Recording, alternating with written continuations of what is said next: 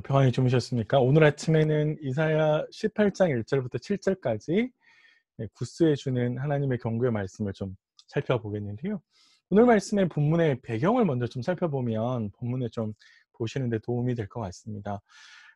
우리가 7장과 8장에서도 봤는데 아수르가 계속해서 남진해 들어왔는데요. 이것을 막기 위해서 여러 가지 조치들이 나라와 나라 사이에 연합을 한다든가 하는 여러 가지 조치들이 취해졌는데, 특별히 유다 왕 히스기야는 아마도 구스라고 하는 나라와 연합을 한 듯 보입니다.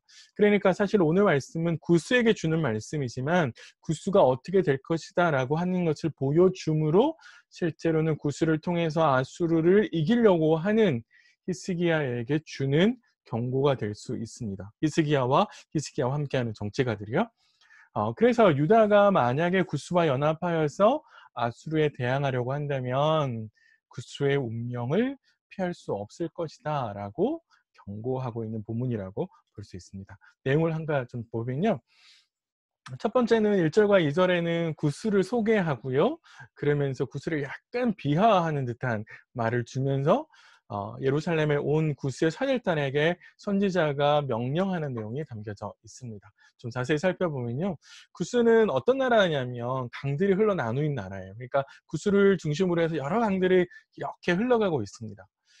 그런데 또 선지자는 날개치는 소리 나는 땅이다라고 이야기를 하는데, 강들이 흘러가고 습지가 많기 때문에 벌레들이 서식하기 굉장히 좋은 곳이죠. 벌레들이 서식하기 좋다라고 하는 것이 좋을 수도 있지만 사실은 구스를 벌레에 빗대어서 이야기하는 거니까 사실 선지자가 구스를 평가절하하는 것이라고 볼 수도 있고요. 더 나아가서 갈대배를 물에 띄우고 그 사자를 수로로 보낸다 이런 말을 하는데, 이거는 나일강에 막 배들이 오가는 모습들을 분주하게 묘사한 거죠. 그만큼 경제적이고 여러 가지 국력적으로 활력을 띠는 모습을 보여주고 있는 것이긴 한데, 사실은 비꼬아서 자신의 유익을 위해서 사절단을 보내는 그런 모습들을 비유한 것이다라고 볼 수 있습니다. 한 가지 여기가 제가 좀 주목해야 될 것은 2절을 번역하는 것인데요. 2절의 첫 문장은 1절 끝에 끝나는 구스라는 말을 수식하는 말이거든요. 그래서 사신들을 바다로 갈대배에 태워 물 위로 보내는 구스라고 해서 우리 개역 성경의 번역하고는 약간 다르게 번역하셔야 됩니다. 참고하시고요.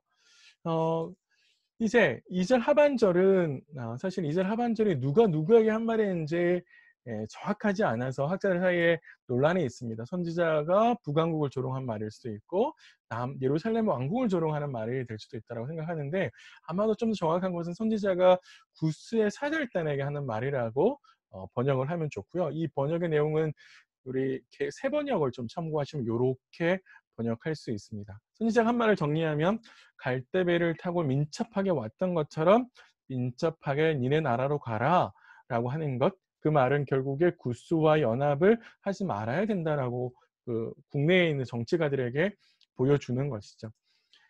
왜 구스를 향해서 이런 명령을 하고 또 구스와 연합하는 것에 대해서 선지자가 경고하느냐라고 하면, 그 나라를 향한 하나님의 계획이 있기 때문에 그렇습니다.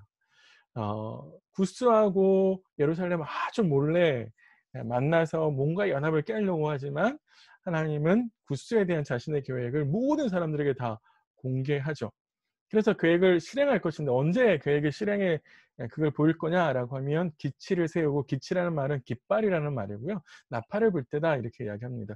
기치를 세우고 나팔을 불 때는 보통의 전쟁에서 군대를 소집할 때 쓰는 말인데, 여기에서는 하나님의 계획을 공적으로 알리는 것에 사용되고 있습니다.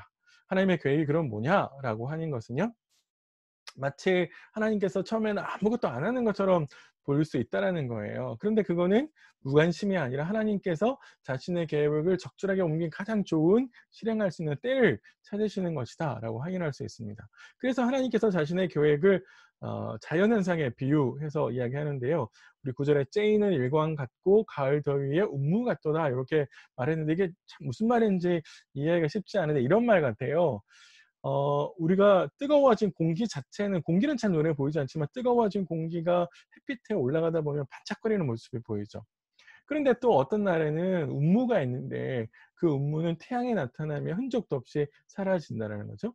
하나님의 계획이라고 하는 것은 때로는 눈에 보이는 듯 하지만, 그러나 보이지 않게 할 수도 있다라고 하는 그런 자연현상에 하나님의 계획을 비유하고 있습니다.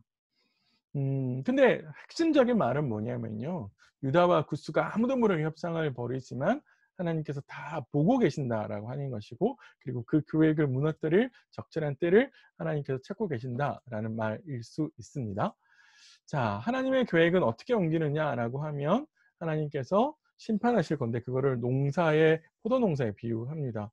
곡식을 수확을 이제 5월 달에 하는데, 거기에서 전지가위로 열매를 맺지 못하는 싹과 잎사귀를 자르거든요. 그래야 더 연문 포도를 얻을 수 있습니다. 자, 그래서 하나님께서 농부의 전지처럼 가장 꽃이 지고 포도가 여물 때를 찾으시는 것인데, 그 때가 되면, 그래서 전지 가위를 들 때가 되면 하나님께서 역사에 개입하셔서 구슬을 심판하실 것이다. 그리고 사나운 적에 먹이가 되게 하실 거다라고 이야기하는 것이죠. 자, 이거는 거꾸로 멸망이 결정된 구스와 손잡고 아수르에 대항하려고 한다면 그거 착각하는 거다라고 해서 하나님께서 예루살렘의 통치가들에게 주는 경고일 수 있습니다. 자, 그런데 7절은 어떻게 끝나냐면, 그렇게 멸망당하는 구스가 멸망으로 끝나지 않고 먼 미래에는 다시 하나님의 품으로 돌아오게 될 거다라고 내다봅니다. 심판을 통해서 자신의 어리석음을 깨닫고요, 시온산에 계신 여호와께서 민족들의 운명과 역사를 주관하시는 분이시라고 하는 것을 깨닫게 되면 그들도 돌아오게 될 것이다라고 해서 선지자는 희망에 섞인 내용으로 자신의 이 예언을 마무리를 합니다. 구스에 대한 짧은 내용을 저희가 살펴봤는데요. 아마 이 내용을 보면서 저희가 한 3가지 정도 생각할 수 있지 않을까라는 생각을 해봅니다. 첫 번째는요, 유다 왕 히스기야가 구스를 통해서 지금의 어려운 현실의 문제를 해결하려고 하잖아요. 그런데 진짜로 해결을 할 수 있는 분은 하나님이시죠. 근데 우리가 누구를 의지하고 내가 누구를 믿고 있느냐라고 하는 것은 가장 위급할 때 내가 가장 먼저 떠올리고 취하는 행동이 내가 누구를 의지하는지를 보여주죠. 중요한 것은 자꾸 우리가 그거 머리로 아는데 실제로 잘 안 된다라고 하는 겁니다. 그래서 진짜로 하나님을 붙들고 있는지 아닌지를 내 스스로 계속 점검하고 하나님을 붙드는 내 모습이 필요하다라고 하는 것들 한번 생각해 보시고, 두 번째는 우리는 몰래하지만 하나님은 모든 것을 다 보고 계시고 감찰하고 계신다라고 하는 것을 기억해야 된다라고 하는 겁니다. 내가 언제 누구와 어떤 말을 하는지 하나님은 보고 계시고 듣고 계신다라고 하는 거 잊지 마십시오. 내가 누구에게 화를 낼 때, 짜증 낼 때, 혹은 누구에게 거짓말을 할 때, 누구를 속이려고 할 때, 나쁜 말을 할 때 다 하나님 보고 계신다라고 하는 것들 잊지 마십시오. 한번 기억했으면 좋겠고요.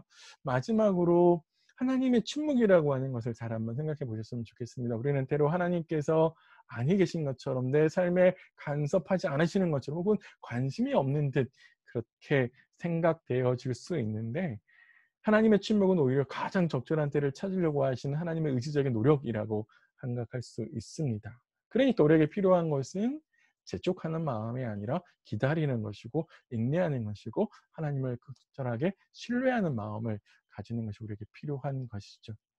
오늘 하루는 하나님의 이런 마음들을 좀 묵상하시면서, 하나님께서 내 삶을 잘 보고 계신다라고 하는 것 보고 내가 하나님 앞에서 거룩한 삶을 살아가는 배우다, 이런 생각을 좀 가지시면서 하나님의 말씀을 잘 하루 묵상해 보셨으면 좋겠습니다. 저는 내일 아침에 애굽에 관한 말씀으로 여러분 다시 찾아뵙겠습니다. 오늘 하루도 평안하십시오.